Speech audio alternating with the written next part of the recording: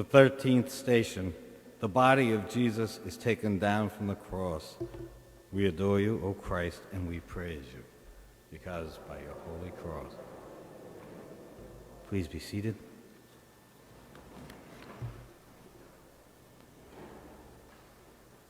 We know from the stations before this that Jesus had died on the cross, right? Not a coma, not epilepsy, not some kind of shock that he was in, or anything else.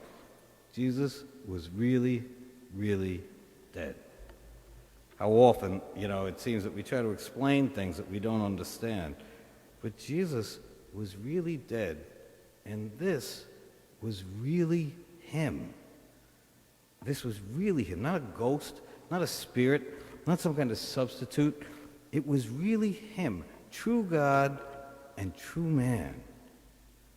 What makes God God is simply that he is God. Yes, he's creator of all. Yes, the word through whom all things were made. Yes, God is relationship. Yes to a lot of things that God is. But the real bottom line is, what makes Jesus God is that he is God. Period. We can't encompass them all. We don't understand them all. God is God, and Jesus is God. And as God, he became man. Just try to get your head around that for a minute. All of God squeezed into a human. Humanity encompassing God. What is it that is to be a human? What it is that able to choose our relationship with God. We have an ability to choose, that we're not running simply on instinct. I'm not running simply on desire. I have an ability to choose who I will be with God. And we look here at how God chose to be with us. I will be among you. I will be in you. I myself will be part of all creation to save it. I myself, Jesus says, will be the human vehicle by which humanity is saved. What? Wow. God himself will be the human vehicle by which humanity is saved.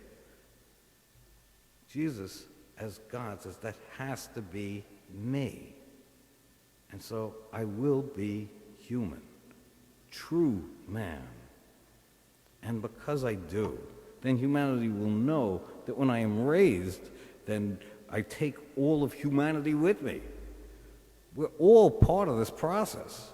For us to be truly saved, for us to be truly redeemed, for us to be truly healed, he had to be truly like us. Or else we might think, sure, that's great, but that's God doing God stuff. God continues. No.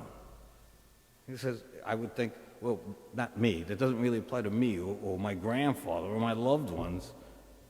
That's wrong, because they continue as well, because Jesus was true man. Some theologians have said, I think Athanasius, Gregory Nazianzen, said, what was not assumed was not redeemed.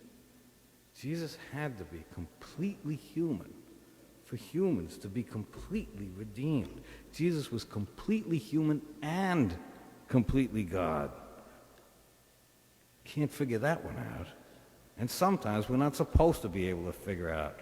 But that's why on this station, this 13th station, we focus on the body of Jesus. We know that he was really dead. But we know that it was really him. Like I said, not a ghost or a spirit, not some in-between creature that he's part God, part man. I'm sort of going to I'll make a new mix. The church dealt with that heresy for centuries, and in a way, sometimes it's still dealing with it today. But we focus on the body because that is the manifestation. That is what shows the person. So many people will tell us, what a person is? The person is his consciousness, or the person is his spirit, or the person is his choices, etc., etc., etc., etc. But we know the person because of the body. It's the physical case for all of that. So whatever it is that makes up the person, that makes that person who he is. What we see is the body. The body encases the individual. Whatever it is that makes Jesus, Jesus, we see the body. And Jesus, the person, is bigger than death. We know it. Jesus, the person, is bigger than death. This person inside this body of Jesus, is now dead. But the person will continue. You know, every Sunday we profess, we believe in the resurrection of the body. We believe that that person continues.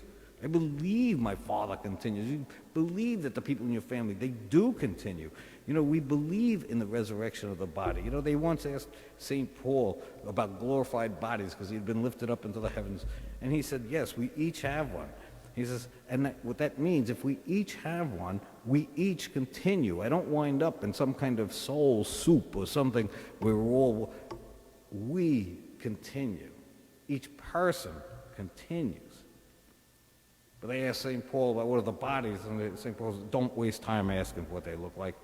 You know, and sometimes I'll say to the kids, when I'm talking to the kids, that I'm hoping when I get the glorified body, I'm not going to need these, and especially that I'm not going to need these. But I do expect that what fills this body, the hopes and the dreams, the loves and the disappointments, all that is me will continue. All that is your loved ones who are home with Jesus continue. It does continue. We see Jesus, his body coming down, but we know that he continues. We know that this is Good Friday. We see at this station, we see Mary holding the body of Jesus. She's holding a body that has no life because this is Good Friday. It has no life because he gave it, and he gave it for us.